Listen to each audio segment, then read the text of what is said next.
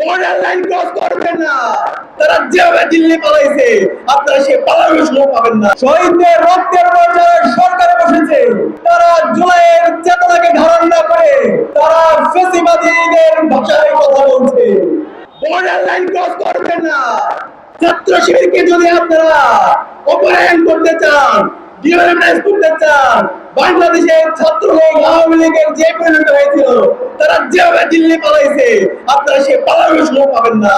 বাংলাদেশের স্বাধীনতা সার্বভৌমত্ব অখণ্ডতার প্রশ্নে জুলাইয়ের শহীদদের আকাঙ্ক্ষার আলোকে নতুন বাংলাদেশ বিনির্মাণ করার জন্য ঐক্যবদ্ধভাবে লড়াই চালিয়ে যাওয়ার জন্য আমাদেরকে আরেকটি অনিবার্য বিপ্লব লাগবে। সেই বিপ্লব হবে ইনসাফের বিপ্লব ইনশাআল্লাহ।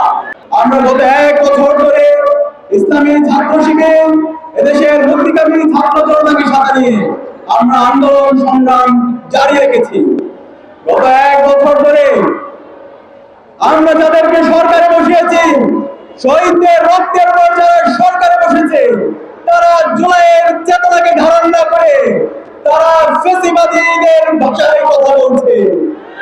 আমরা দেখতে পাচ্ছি 1 বছরে তারা এখন পর্যন্ত আমাদের শহীদদের তালিকা প্রকাশ করতে পারেনি।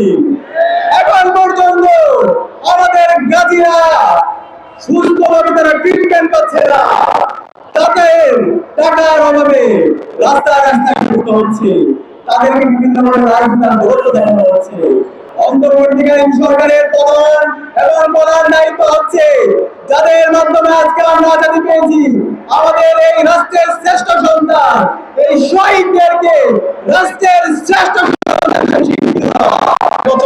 দেখতে পাচ্ছি।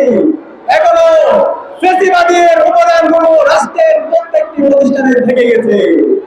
যে পুলিশ হেলিকপ্টার থেকে আমার ভাই এবং বোনকে গুলি করে শহীদ করেছে, আমাদের 2000 ভাই বোনকে শহীদ করেছে, 40,000 ভাই বোনকে গাজী করেছে, এখন পর্যন্ত সেই পুলিশ সংস্কার হয় নাই, এখন পর্যন্ত মিডিয়া সংস্কার হয় নাই।